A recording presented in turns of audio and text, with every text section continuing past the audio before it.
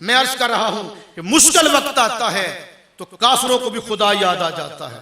जब हालात नॉर्मल होते हैं वो भी अल्लाह को भूल जाते हैं। हमारी भी यही हालत है। कभी देख लो कि जब हमारा बाप फौत होता है या जवान बेटा मरता है या अम्मा जान इंतकाल कर जाती हैं, फिर हम फौतीदगी के मौका पे फराइज तो फराइज रहे, हम मुस्तहब, मुबाह और जो काम फर्ज नहीं उनका भी एहतमाम करते हैं। कुल फर्ज नहीं हम उसका एहतमाम करते हैं, और फिर चेलम फर्ज नहीं उसका एहतमाम करते हैं।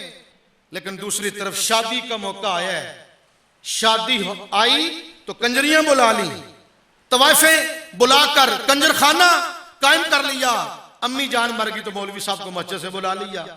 दीन तेरे बाप का तो नहीं ना, दीन तेरी मर्जी का ताबे तो नहीं ना कि शादी पे दीन और है और फौतीदगी पे दीन और है। हजरात गिरामी कदर गौर करें, तवज्जो फरमाएं इस बात पे कि मुश्किल वक्त में अल्लाह याद आता है हमें भी। शादी के मौका पे हम शरीयत की धज्जियां उड़ा देते हैं।